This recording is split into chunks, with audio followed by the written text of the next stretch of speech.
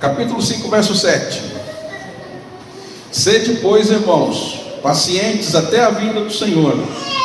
Vede que o lavrador espera o precioso fruto da terra, guardando-o com paciência, até receber as primeiras e as últimas chuvas. Sede vós também pacientes, e fortalecei os vossos corações, porque a vinda do Senhor está próxima. Irmãos, não vos queixeis uns dos outros, para não serem julgados. O juízo está à porta. Irmãos, tomai como exemplo os sofrimentos e a paciência dos profetas que falaram em nome do Senhor. Como sabeis, temos por bem-aventurados que perseveram. Ouviste a paciência de Jó e vistes o fim que o Senhor lhe deu. O Senhor é cheio de misericórdia e compaixão. Mas sobretudo, meus irmãos, não jureis nem pelo céu, nem pela terra, nem por qualquer outro voto. Seja, porém, o vosso sim, sim, e o vosso não, não, para não serdes condenados. Pai, a tua palavra é maravilhosa sempre. É ela que nos enriquece, que nos faz crescer. Por isso, mais uma vez, diante dela, nós nos dobramos, ó Deus, o nosso coração, para ouvir do Senhor o que o Senhor tem para nós. Seja conosco nesta noite, para a glória do teu nome, Pai. Amém, Jesus. Eu li de um texto aqui que fala sobre paciência. Mas por incrível que pareça, eu não quero falar sobre paciência. Quero falar algo que nos impacienta. O que nos impacienta? O que nos tira muitas vezes o foco? Nós somos inumeráveis, existem muitas coisas, mas existe algo que, como o pastor César estava falando aqui, que nós somos do Senhor. Nós já estamos aliançados com Deus. Só que a gente precisa saber disso. Ele sabe disso, nós é que muitas vezes esquecemos disso. Nós vivemos hoje, já de muito tempo, uma prática de um evangelho instantâneo. Como o mundo, tudo é instantâneo, tudo é rápido, tudo é de bate-pronto. E nós achamos que o evangelho muitas vezes é assim. Entregamos parcialmente a nossa vida ao Senhor Jesus para termos soluções rápidas às situações nossas. E quando aquilo não ocorre, alguma coisa está errada em quem está fazendo, não em nós. Porque é assim que ouvimos. Se você falar e clamar, Deus vai ouvir, pronto, já está resolvido. Você pede hoje, amanhã você tem. Mas nem sempre tudo é assim. Na maioria das vezes não é assim as coisas. Até porque quando nós chegamos ao Senhor, por causa dos nossos problemas, eles já são tão grandes e enormes, que olha, até desenrolar aquele rolo de barbante não vai ser fácil. Mas também não queria falar muito sobre isso, não. Eu queria falar sobre algo que é pertinente à nossa vida, em todo setor, em todo segmento, todo relacionamento da nossa vida. É algo que passamos muito tempo, por causa da instantaneidade do evangelho, e por causa da impaciência nossa, nós temos negligenciado algo muito, mas muito importante. Chama-se oração. Nós somos tão impacientes que nem ter tempo de oração para com Deus nós não temos. Mas não é porque estamos ocupados o tempo todo. Não é porque tudo aquilo que fazemos toma todo o nosso tempo diário. Mas é porque de fato a gente negligencia, porque achamos que não dá resultado. Para muitos, o estar na igreja, ouvir a igreja, já vai resolver a situação dele. Vim aqui na frente e receber uma orada, também já vai estar de bolso, não. Mas nós não temos paciência para gastarmos um pouco o nosso precioso tempo com oração. Eu estou falando isso por mim também. E quando nós negligenciamos a oração, você pode observar que toda pessoa, principalmente todo crente preocupado, é porque ele não ora. E se ora muito pouco.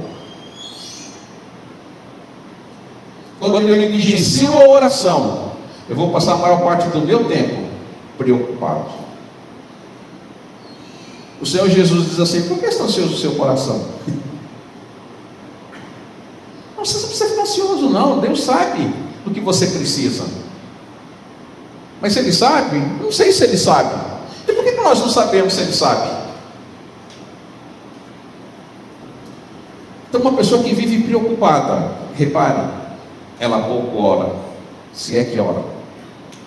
Então, quando eu negligencio a oração e achar que ela não é tão importante assim, a minha vida vai ser de constantes preocupações.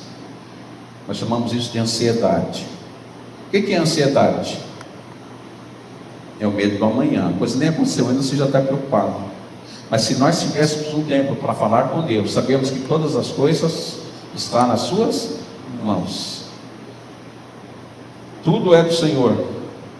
Como é que é a música que acabamos de cantar? Porque dele, por ele e para ele.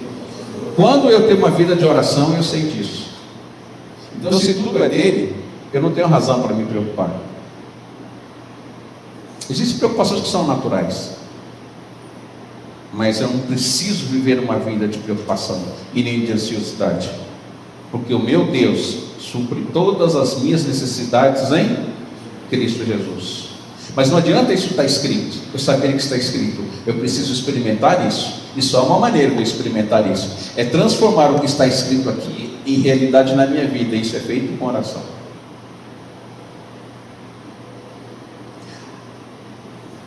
Então as preocupações, elas são frutos da impaciência. E se o Senhor Jesus está às portas, eu estou preocupado com o quê? Então, quando eu não tenho uma vida de oração, ou quando eu não tenho um tempo de oração, quando eu não tenho momentos de oração, o meu dia vai ser um dia frustrante. E quando acontece algum problema, que pode acontecer, problemas internos e problemas externos, acontece durante o dia, acontece durante a noite, já aconteceu de madrugada, e vai acontecer se Deus quiser.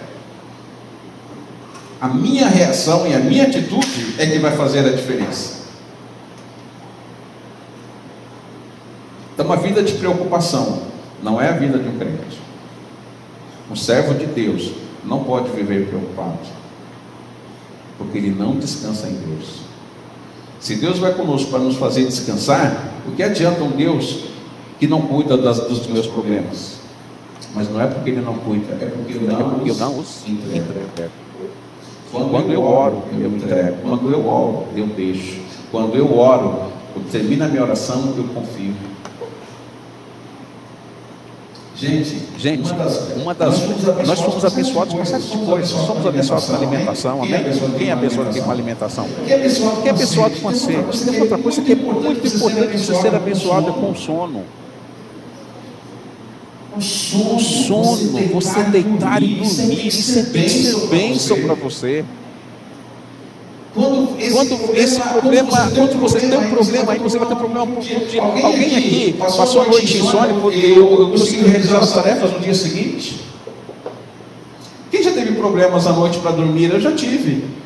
E quando no dia seguinte você acorda, bom, eu já levanto já ruim de manhã porque eu tenho que levantar, né? Então quando tem que levantar já é um problema. Agora imagina se eu passei a noite sem dormir por alguma situação, como é que fica o dia seguinte? Não rende, não tem frutos. E ai de quem estiver do nosso lado. Não é para ser assim. Não é. Porque a palavra de Deus diz que o Senhor dá para nós à noite sono. Ele cuida de nós. Então, se eu sou uma pessoa ansiosa, eu vou ver no meu sono. Eu vou perder a bênção de um sono abençoado. E é gostoso você levantar no outro dia seguinte, porque teve uma noite boa para dormir. Eu sonho todas as noites, cada sonho é mais engraçado que o outro, mas não tem problema não. Nenhum deles me assusta. São todos sonhos bons assim. Eu não vou contar porque é tão menino, é tão infantil, aquele sonho de estar voando, sonho de correr atrás de bola, sonho de carro que furou pneu, coisas assim simples, mas sem problemas. Isso é bom, eu levanto no dia disposto, sem problema. Mas eu não posso perder noites de sono. Isso não é fruto de quem confia no Deus que pode todas as coisas. Não é fruto de uma pessoa de oração. Quem ora, dorme tranquilo. Quem ora, tem uma boa noite de sono. Amém? Então, se você não consegue dormir, ore. Ah, Senhor, aí sim, vai ser bênção ainda se você tirar a madrugada orando, não tem problema nenhum não. Já que você não vai dormir, então ore.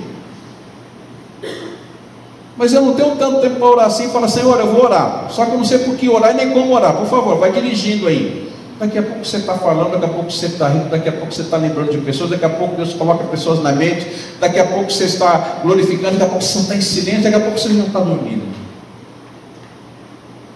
Nosso Deus é bom para todas as coisas.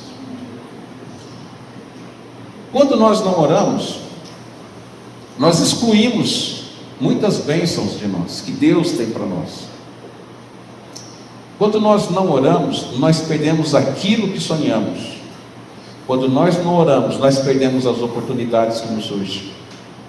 Quando nós não oramos, as bênçãos passam de largo, porque nós não tivemos tempo de falar com Deus, nem de reconhecer que a bênção estava chegando. Quando é que Jó foi abençoado?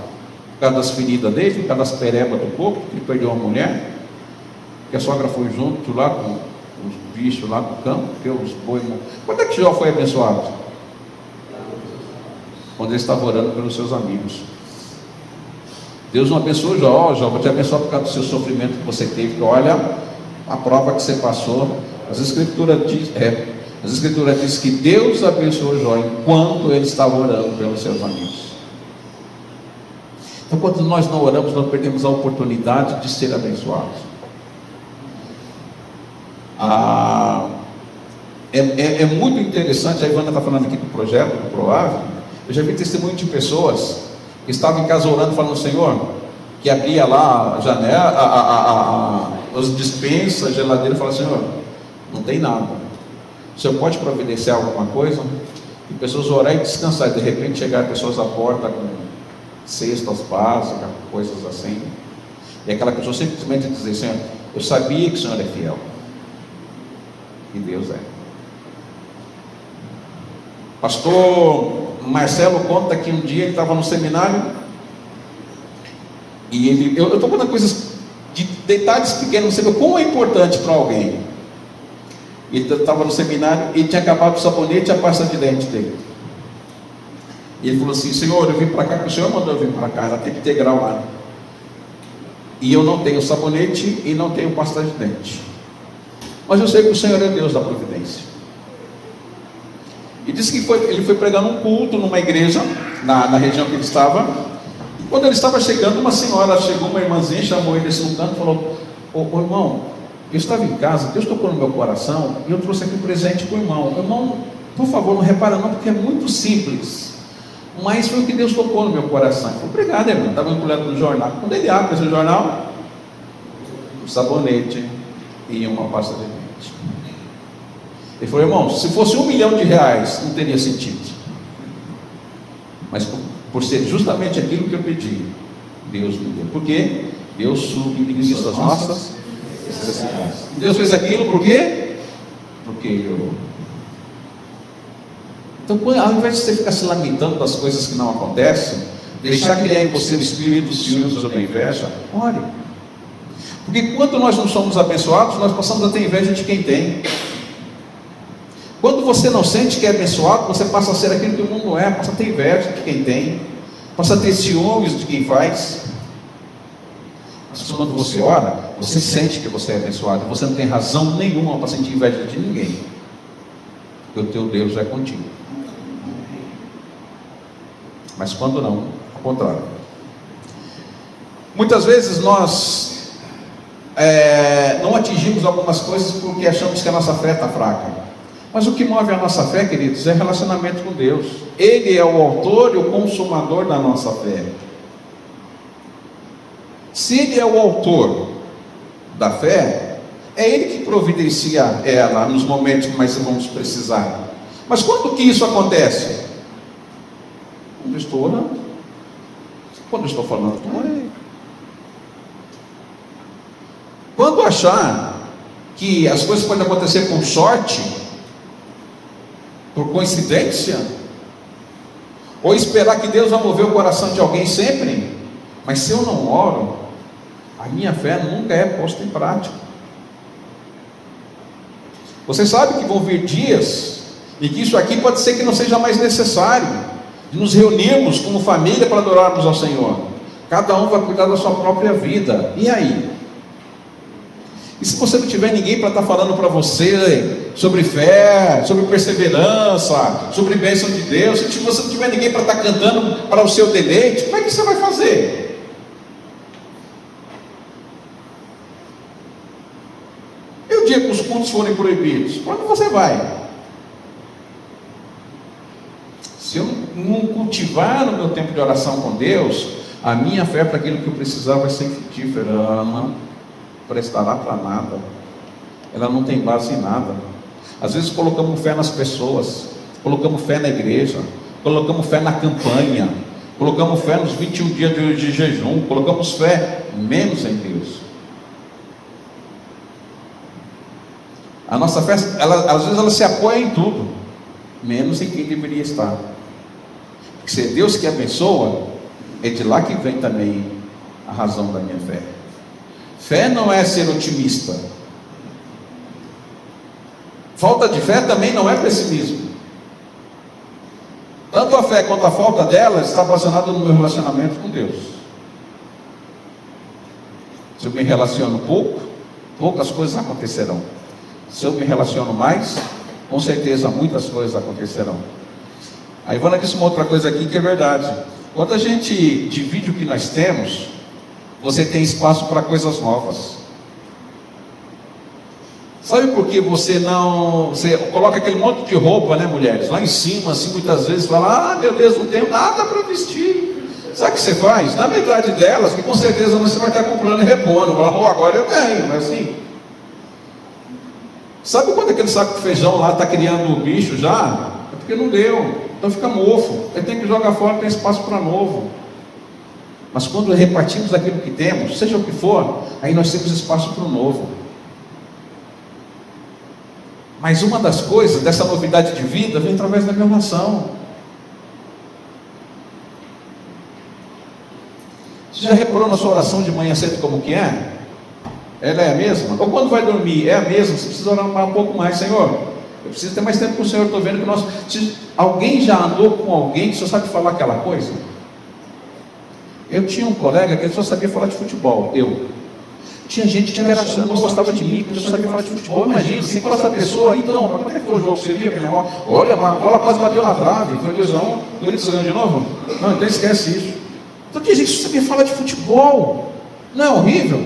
Tem pessoas que estão lá com Deus, Senhor me dá, Senhor eu quero, Senhor faz, Senhor a pessoa aqui, é uma oração tão chata que nem você presta atenção nela. Veja lá Deus.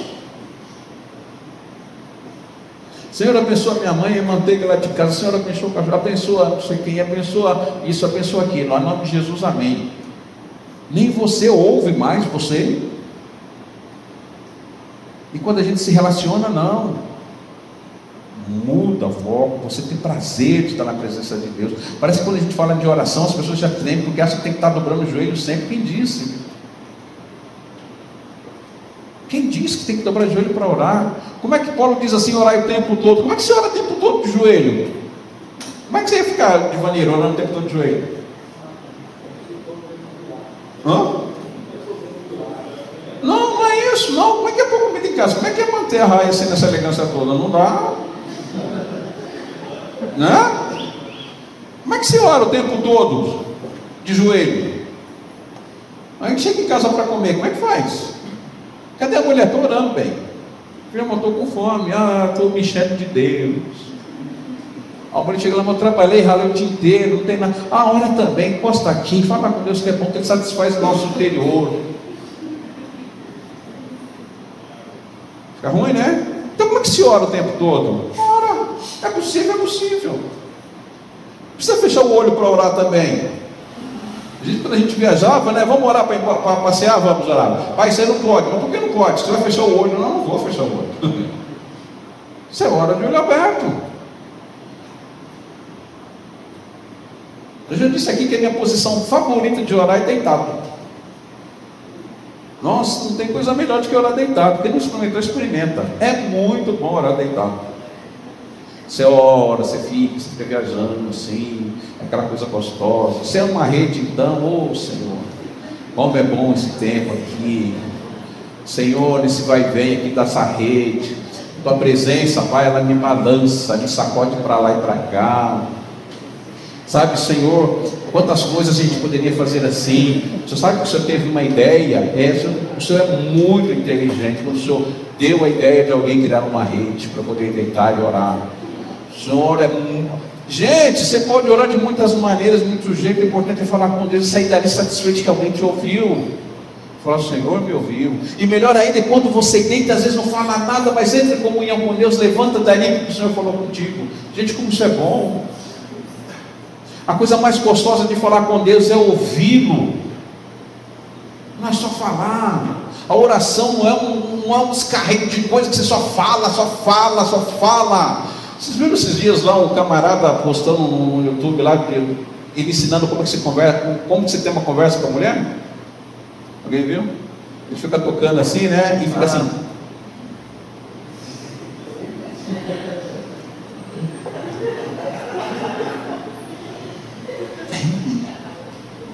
Tá certo agora. Você está certo. Isso não é uma conversa, mas o gostoso é ouvir. Então, quando você fala, deixa Deus falar. Ele quer falar com você também. E é muito bom ouvir Deus falar com a gente. Quando a gente menospreza o nosso tempo de oração, a gente enfraquece no amor, no relacionamento. Gente, se existe uma coisa que me dói os ouvidos de pastor, é quando eu ouço aquela velha frase. Eu estava em tal lugar e você fala de amor, mas ninguém tem amor. Quando alguém cobra alguma coisa porque não faz. Já viu aquelas pessoas que cobram e não vêm? Ou por que o culto não é de manhã? Vou de manhã, não vem. Ou bem que devia ter um trabalho para jovens de sexta-feira à noite. É bom mesmo, não vai, também não vem. Por que a igreja tem escola dominical? Um monte devia ter, mas é muito bom ter escola dominical. A gente aprende bastante, faz escola dominical e a pessoa não vem. Então, quando nós perdemos o foco da oração, a gente perde o amor. E esse amor se inclui em interesse, se inclui em relacionamentos, se inclui no dar, se inclui no receber, se inclui uma série de coisas. Quando nós não oramos, nós vamos ficar reclamando, e isso é falta de amor. Vamos ficar resmungando, vamos ficar murmurando. Eu queria que vocês fizessem uma experiência pastoral. Quando alguém vier conversar com você, ficar reclamando de alguma coisa, pergunta: você já orou sobre isso? O que vocês acham que vocês vão ouvir? A pessoa vai desconversar, ou vai mudar o foco, mas ela não vai te responder. Pastor, se a pessoa aqui que acontece, ou lá também acontece essas coisas? Não, né?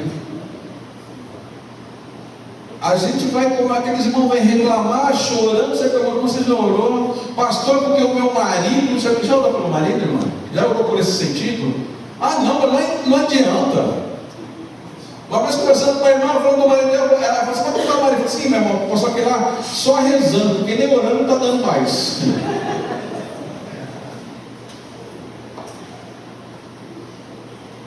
Quando a gente perde o foco, quando a gente menospreza a oração, a gente perde a capacidade de amar, de ser relacionado. E por final, quando nós não oramos, nós perdemos a força de Deus em nós. Você sabe a palavra, o que significa a palavra domínio? Domínio. Alcance. Controle. Habilidade, senhorio.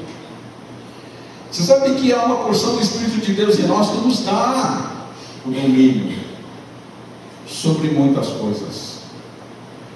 Quando Jesus fala assim, a respeito da fé, quando ele fala: se você comer alguma coisa mortífera, não lhe fará dano, porque você orou, não, você tem domínio sobre aquilo. Nós temos domínio sobre o pecado, nós temos o domínio sobre as astutas ciladas do diabo, nós temos o domínio dos nossos desejos pecaminosos, nós temos domínio sobre situações, Nós temos esse domínio. Não estou falando de determinar coisas, não. Estou falando de um domínio que Deus nos deu. Aliás, o domínio é um dom. Faz parte do fruto do Espírito, domínio próprio. Essa porção de Deus em nós, ela é marcante. Muitas vezes Satanás entra numa casa, reina e ciranda, porque o domínio de Deus naquela casa não existe. Porque não se ora. Uma pessoa que ora, ela vai entender que o Satanás quer dominar sobre a casa dela, quer dominar sobre a família dela, sobre o emprego dele. Ele vai perceber isso, vai ser nítido. Ele vai, ousadamente, ele vai dizer aqui, não, que você não vai fazer isso. Eu lembro de uma vez, uma coisa assim, falando do diabo, nós falamos sobre ele, não porque ele já está derrotado em nome do Senhor Jesus, mas tem muita gente que não sabe disso. Quando eu morava no Jabaquara, a gente tinha uma rua nossa que ela descia assim, então eu descia e entrava. E nessa descida e entrada tinha uma casa, uma segunda casa. Uma vez eu passando, chegando do serviço, passando lá, um atabaque lá batendo, falei, epa, isso não é samba não, samba eu conheço, isso não é samba não, tem outros som esse negócio. Aí fui para casa, aí subi lá e perguntei, eu vi uns papos aqui em cima, que falou assim, eles vão fazer um terreiro de um bando aí. Vamos. Falei, não vamos não. Passei no dia seguinte lá na frente, parei bem em frente da casa, um papai que estava lá tocando, eu falei assim, pai, em nome do Senhor Jesus, eu sei que essas pessoas estão sendo enganadas, mas eu não sou mais enganado por ele. Por isso, em nome do Senhor Jesus, Satanás, você não vai enganar, você vai embora daqui, você não vai mais aparecer aqui, não vai tocar mais, eu não quero ouvir mais esse som, em nome de Jesus. Fui para casa. Gente, esqueci, um dia passando lá, aí eu fui perguntar com o dono da casa, conversando. Escuta, eu fiquei sabendo que você ia fazer um centro aí. Ele falou, rapaz, não deu certo não sei o que aconteceu, não deu certo. Não, quando aconteceu isso? Deve ter umas 2 semanas aí, nós tocamos aqui uma vez, mas não sei o que deu, eu não sei explicar não, mas não funcionou. Vai fazer mais? Não vou fazer mais não. Obrigado, eu sei o que aconteceu. Outra vez, no mesmo tempo, lá na igreja, estava eu e o pastor Joel. Chegou um rapaz lá, sentou, a gente estava arrumando os negócios lá, ele sentou, ficou olhando assim. Aí o pastor foi lá para perguntar, tudo bem, você é novo por aqui? Ele falou, senhor, eu voltei para cá essa semana. Só veio avisar para o senhor que eu vou abrir um centro aqui, um terreiro de Umbanda, aqui embaixo, na mesma rua aqui, terceira, quarta casa aqui. Eu só estou aqui para avisar para o senhor. Aí o pastor Joel falou assim, que bom, só que você não vai ficar muito tempo não. Ele falou, por quê? Eu falei assim, porque a gente vai orar. Ele riu e falou assim, pastor, então vamos fazer uma coisa, vamos ver quem é mais forte. Eu falei, o pastor pode fazer que eu já tenho experiência disso, não vai ficar mesmo. O rapaz falou, então vai ser 2 contra 1. Eu falei, não, 2 não, rapaz, é uma legião que você não faz ideia. Mas tudo bem, você quer, vai ser 2 contra 1. Gente, foi engraçado. 3 semanas depois, o homem subiu lá. Chegou lá, tinha acabado o culto, ele chegou na hora da mensagem. Eu sei porque eu estava sentado no culto, que os obreiros sentavam no culto, né? Estava sentado lá, quando ele entrou, sentou. Aí ele falou assim, rapaz, está aí, né? Aí quando acabou, o pastor Joel sentou e falou, o macumbeiro está aí no fundo. Ele falou, vamos esperar falar com ele. Aí ele veio e falou assim, eu vim aqui avisar que eu estava abrindo aqui, estou avisando agora que eu estou fechando. Vocês venceram. Quem ora tem o controle de Deus sobre as suas mãos. Tem autoridade do céu sobre a sua vida. Você tem autoridade sobre as coisas. Você tem autoridade de Deus. Eu estou falando daquele negócio besta de ficar determinando, não. Estou falando do Espírito mesmo.